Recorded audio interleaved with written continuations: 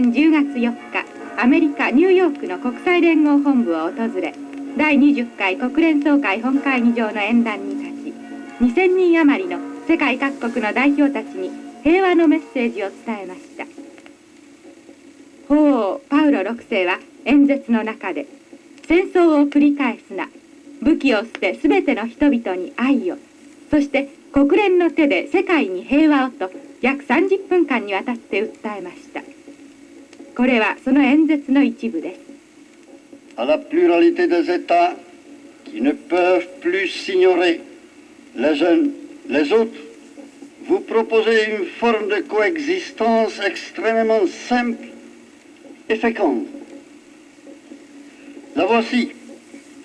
D'abord, vous reconnaissez et vous distinguez les uns et les autres. Vous ne conférez certes pas l'existence aux États, mais vous qualifiez comme digne de siéger dans l'Assemblée ordonnée des peuples, chacune des nations. Vous donnez une reconnaissance d'une autre valeur morale et juridique à chaque communauté nationale et vous lui garantissez une honorable citoyenneté internationale. C'est déjà un grand service rendu à la cause de l'humanité. Bien définir et honorer les sujets nationaux de la communauté mondiale, les établir dans une condition juridique qui leur vaut la reconnaissance et le respect de tous, et d'où peut dériver un système ordonné et stable de vie internationale. Vous sanctionnez le grand principe que les rapports entre les peuples doivent être réglés par la raison, par la justice, par le droit et la négociation, et non par la force, ni par la violence, ni par la guerre, non plus que par la peur et par la tromperie.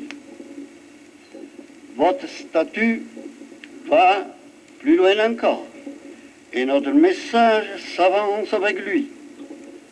Vous existez et vous travaillez pour unir les nations, pour associer les États.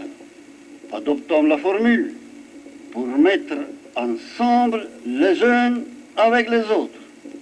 Vous êtes une association, vous êtes un pont entre les peuples, vous êtes un réseau de rapports entre les États.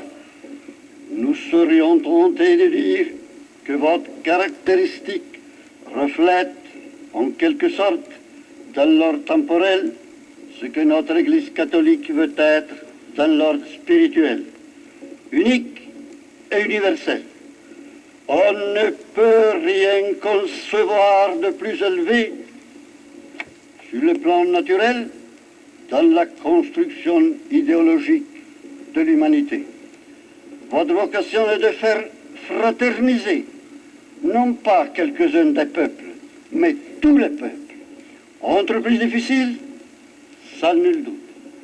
Mais telle est l'entreprise, telle est votre très noble entreprise, qui ne voit la nécessité d'arriver ainsi progressivement à instaurer une autorité mondiale en mesure d'agir efficacement sur le plan juridique et politique. Ici encore, nous répétons notre souhait. Allez de l'avant. Nous dirons davantage.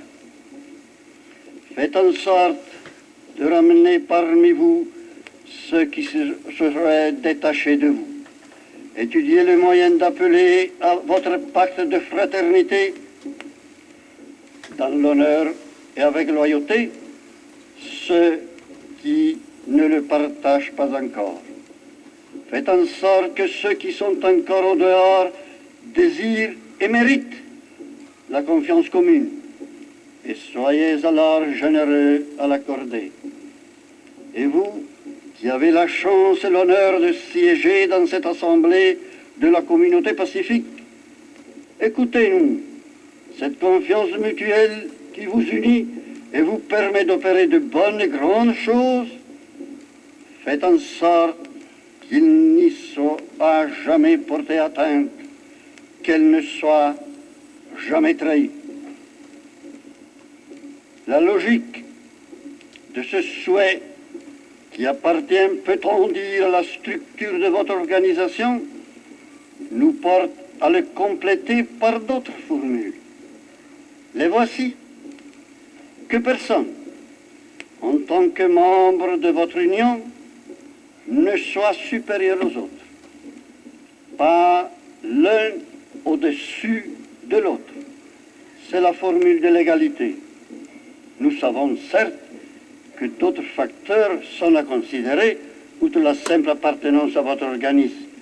Mais l'égalité aussi fait partie de sa constitution. Non pas que vous soyez égaux, mais ici vous vous faites égaux. Et s'il se peut que plusieurs d'entre vous, ce soit un acte de grande vertu, permettez que nous vous le disions, nous, le représentant d'une religion qui opère le salut par l'humilité de son divin fondateur. Impossible d'être frère si l'on est humble, car c'est l'orgueil, si inévitable qu'il puisse paraître, qui provoque les tensions, les luttes de prestige, de la prédominance, du colonialisme, de l'égoïsme. Celui qui brise la fraternité.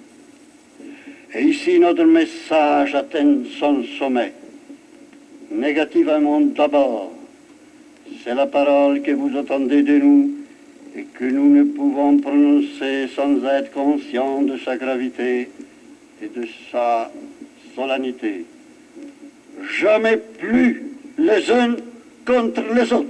Jamais, plus jamais. N'est-ce pas surtout dans ce but qu'est née l'Organisation des Nations Unies contre la guerre et pour la paix?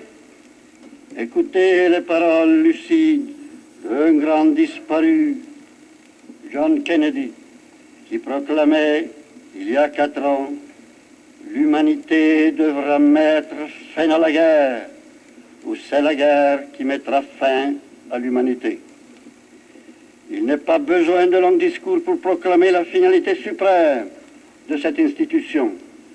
Il suffit de rappeler que le sang de millions d'hommes, que des souffrances inouïes et innombrables, que d'inutiles massacres, d'épouvantables ruines sanctionnent le pacte qui vous unit en un serment qui doit changer l'histoire future du monde.